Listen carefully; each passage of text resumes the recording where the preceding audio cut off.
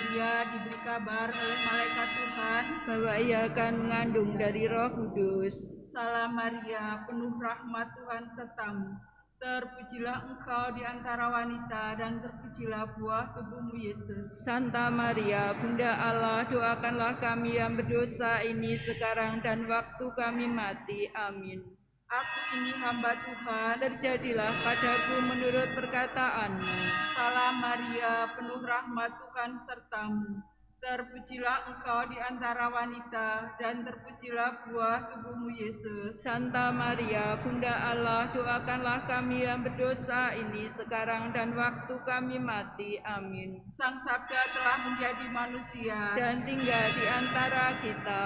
Salam Maria, penuh rahmat Tuhan sertamu. Terpujilah engkau di antara wanita dan terpujilah buah tubuhmu Yesus. Santa Maria, Bunda Allah, doakanlah kami yang berdosa ini sekarang dan waktu kami mati. Amin. Doakanlah kami ya Santa Bunda Allah, supaya kami dapat menikmati janji Kristus. Marilah berdoa. Ya Allah, karena kabar malaikat kami mengetahui bahwa Yesus Kristus Putra menjadi manusia. Curahkanlah rahmat-Mu dalam hati kami, supaya karena sengsara dan salibnya kami dibawa pada kebangkitan yang mulia, sebab Dialah Tuhan antara kami. Amin.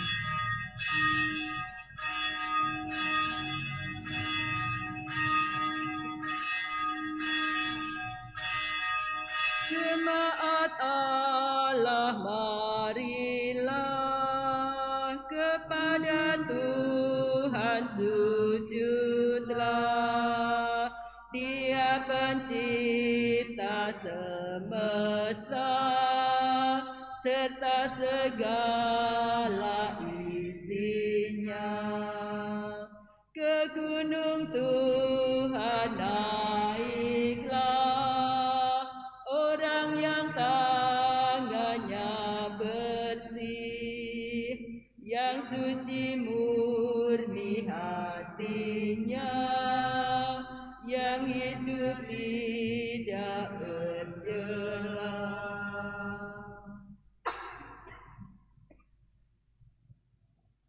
Dalam nama Bapa dan Putra dan Roh Kudus. Amin. Tuhan bersama dan bersama rohmu. Tuhanlah cahaya dan penyelamatku, siapa akan kutakuti? Tuhanlah benteng hidupku, siapa akan kugentar? Bapak, Ibu, Saudara-saudari yang terkasih dalam Kristus, marilah kita menyiapkan hati dan diri kita. Kita mengawali perayaan kita dengan mohon rahmat belas kasih Allah atas segala dosa dan kesalahan kita, agar kita layak dan pantas untuk merayakan peristiwa penyelamatan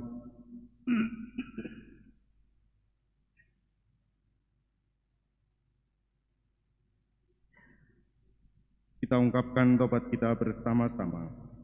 Saya mengaku kepada Allah yang Maha Kuasa dan kepada saudara sekalian bahwa saya telah berdosa dengan pikiran dan perkataan, dengan perbuatan dan kelalaian. Saya berdosa, saya sungguh berdosa. Oleh sebab itu saya mohon kepada Santa Perawan Maria, kepada para malaikat dan orang kudus, dan kepada saudara sekalian, supaya mendoakan saya pada Allah Tuhan kita. Semoga Allah yang Maha Kuasa mengasihani kita, mengampuni dosa kita, dan mengantar kita ke hidup yang kekal. Amin. Tuhan, kasihanilah kami. Tuhan, kasihanilah kami. Kristus, kasihanilah kami. Kristus, kasihanilah kami. Tuhan, kasihanilah kami. Tuhan, kasihanilah kami. Marilah berdoa.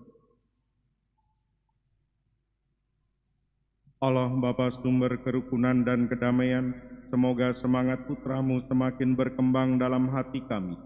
Berilah kami roh-Nya, agar saling menolong dan membantu, membina cinta, kasih, dan kerukunan.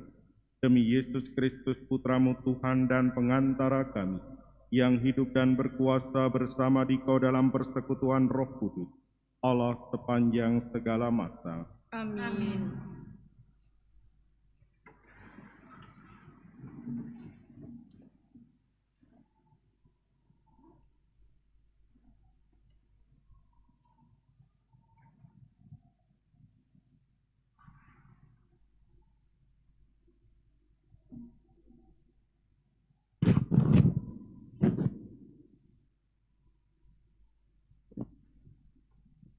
Bacaan dari kitab Putra Sirak.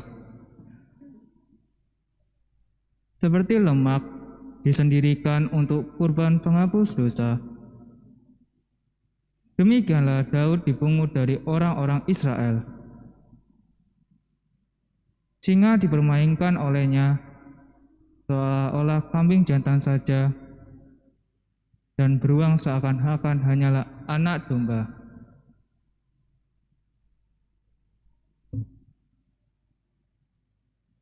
Bukankah di masa mudanya ia membunuh seorang raksasa dan mengambil nista dari bangsanya dengan melemparkan batu dari pengumban dan mencampakkan kencokakan Goliat? Karena berseru kepada Tuhan yang Maha Tinggi, yang memberikan kekuatan kepada tangan kanannya,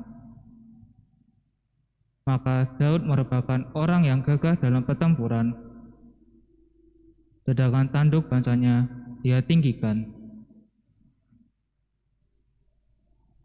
Itulah sebabnya ia disanjung-sanjung karena laksaat, dan dipuji-puji karena berkat-berkat dari Tuhan, ketika mahkota mulia dipersembahkan kepadanya.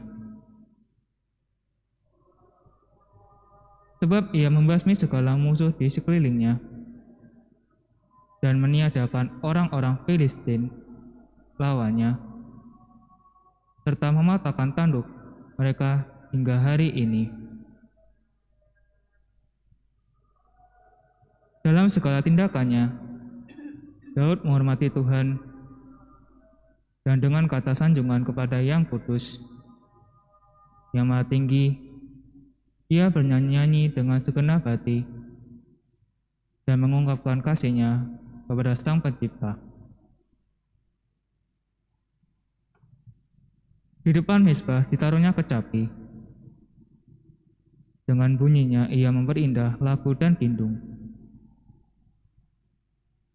Ia memberikan kemeriahan kepada segala perayaan, dan hari-hari raya diaturnya secara sempurna. Maka orang memuji-muji nama Tuhan yang kudus. Dan mulai pagi-pagi benar, suara orang bertalu-talu di tempat kudusnya. Tuhan mengampuni segala dosanya, serta meninggikan tanduknya untuk selama-lamanya. Tuhan menjanjikan kerajaan yang lestari dan menganugerahkan kepadanya takhta yang mulia di Israel. Demikianlah sabda Tuhan. Syukur pada Allah. Mazmur tanggapan dengan refren, Mulialah Allah penyelamatku. Mulialah Allah penyelamatku. Jalan Allah itu sempurna. Janji Tuhan adalah murni. Dia menjadi perisai bagi semua orang yang berlindung padanya. Muliakanlah Allah penyelamatku. Tuhan itu hidup.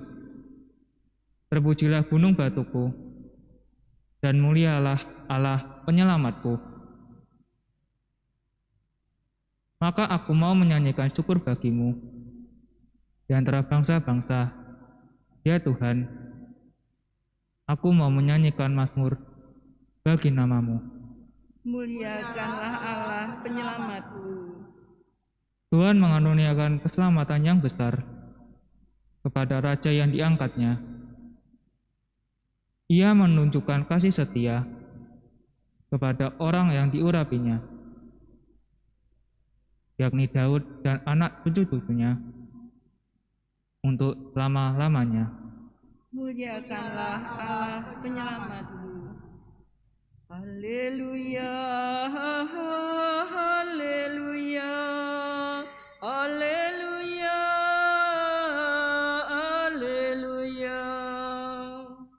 Haleluya, haleluya, haleluya, haleluya. Bahagialah orang yang menyimpan sabda Allah dalam hati, yang baik dan tulus ikhlas, dan menghasilkan buah berkat ketabahannya. Haleluya, haleluya, haleluya, haleluya.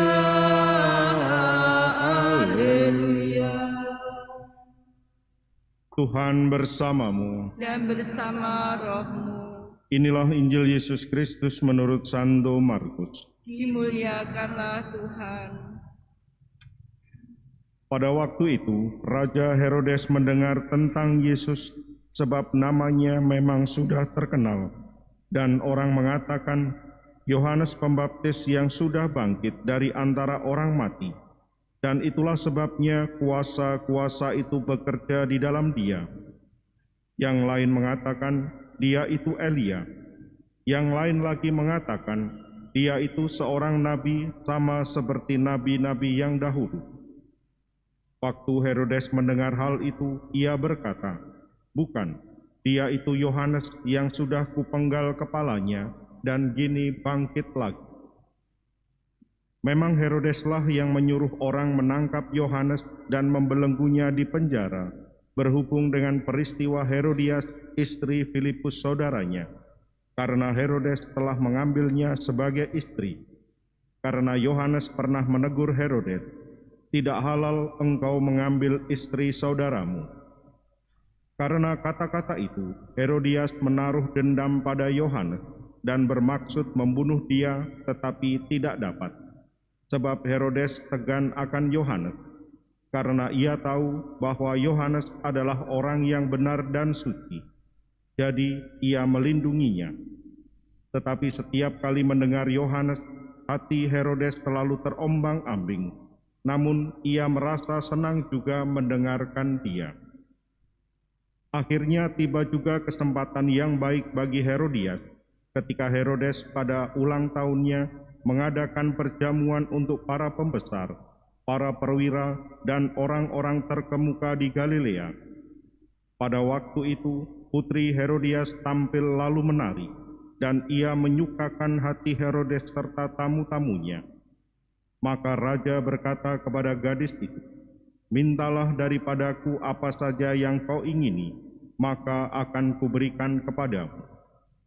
Lalu Herodes bersumpah kepadanya, apa saja yang kau minta akan kuberikan kepadamu, sekalipun itu setengah dari kerajaanku. Anak itu pergi dan menanyakan ibunya, apa yang harus kuminta? Jawab ibunya, kepala Yohanes Pembaptis. Maka cepat-cepat ia pergi kepada raja dan meminta, aku mau supaya sekarang juga engkau berikan kepadaku kepala Yohanes Pembaptis dalam sebuah talam. Maka sangat sedihlah hati raja, tetapi karena sumpahnya dan karena segan terhadap tamu-tamunya, ia tidak mau menolaknya. Raja segera menyuruh pengawal-pengawal dengan perintah supaya mengambil kepala Yohanes.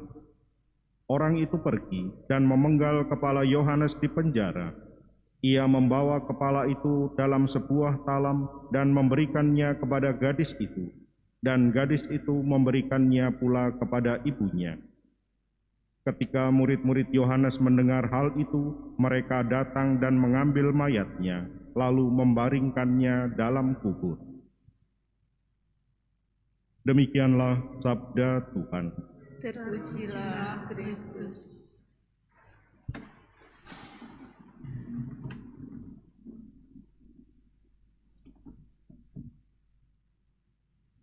Setiap orang, juga masing-masing dari kita, pasti pernah mengalami peristiwa yang membuat kita sedih. Bahkan juga peristiwa-peristiwa yang bisa membuat kita merasa sakit hati terhadap seseorang. Entah apapun alasan yang terjadi, tetapi secara pribadi kita merasa bahwa sakit hati yang kita rasakan adalah akibat dari orang lain. Dan dalam peristiwa semacam itu, dengan pengalaman semacam itu, kita sebenarnya mempunyai pilihan. Apakah akan memelihara rasa sakit itu, ataukah kemudian memberikan pengampunan, mendoakan dan kemudian mengampuni. Setiap kali kita ditanya, lebih mudah mana? Menyimpan, memelihara sakit, rasa sakit itu, ataukah mengampuni? Secara spontan kebanyakan orang akan mengatakan ya lebih mudah memelihara rasa sakit itu. Dan memang itu adalah sebuah pilihan. Masing-masing orang bisa memilih dengan berbagai macam pengalaman dan latar belakangnya. Tetapi apa yang kemudian terjadi kalau kita kemudian sudah memilih dan bahkan kemudian tidak mampu untuk melanjutkan pilihan itu? Baik ketika kita memelihara rasa sakit itu ataupun juga memilih untuk mengampuni. Bapak Ibu saudara-saudari yang terkasih dalam Kristus, hari ini dihadapkan kepada kita Herodes dan Herodias. Mereka merasakan peristiwa yang sama, rasa sakit, karena perbuatannya ternyata dikecap oleh Yohanes Pembaptis. Lepas dari apa yang terjadi atas peringatan itu, Herodes dan Herodias memilih untuk memelihara.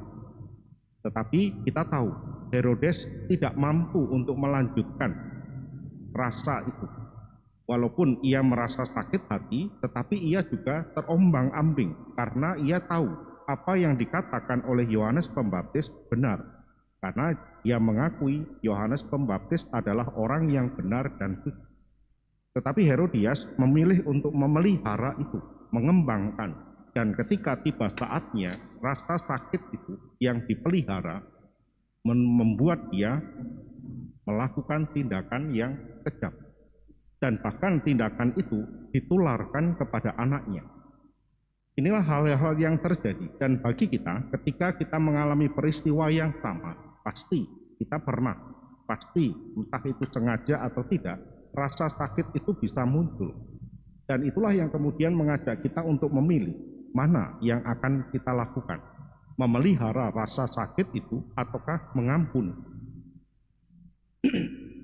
Dan ketika kita kembali kepada iman, kita diajak untuk melihat pengalaman kita dengan Allah sendiri. Apapun dosa kita, sejauh kita berani untuk datang meminta ampun kepada Allah, pengampunan itu selalu diberikan. Dan bukan hanya pengampunan, kita pun kemudian diberi rahmat untuk kekuatan kita mengatasi apa yang sudah kita lakukan sebagai dosa. Dan inilah yang kemudian kita alami. Lalu pengalaman ini apakah juga mampu untuk kita hadirkan di dalam pengalaman-pengalaman kehidupan kita sehari-hari? Rasa sakit, rasa benci pasti bisa muncul. Dan kita tidak bisa mencegah munculnya perasaan-perasaan semacam itu. Tetapi yang bisa kita buat, yang bisa menjadikan kita memilih adalah apakah kita akan melanjutkan perasaan itu, mengelola perasaan itu, sehingga yang kemudian kita hadirkan adalah keputusan dari pilihan, membenci ataukah mengampuni.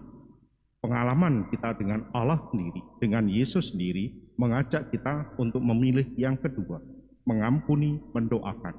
Sehingga kemudian belas kasih Allah itu mampu juga untuk kita hadirkan di dalam sikap sehari-hari. Hari ini kita diajak untuk melihat pengalaman-pengalaman kehidupan kita. Rasa sakit, rasa benci pasti ada. Tetapi kita diajak untuk kembali kepada pengalaman kita dengan Allah. Dan itulah yang membuat kita, yang menjadikan kita mempunyai kekuatan untuk melakukan yang sama terhadap sesama kita.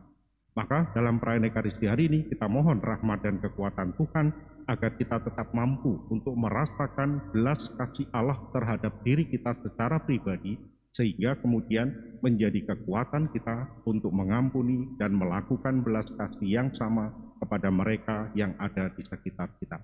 Berkat Tuhan senantiasa menyertai kita.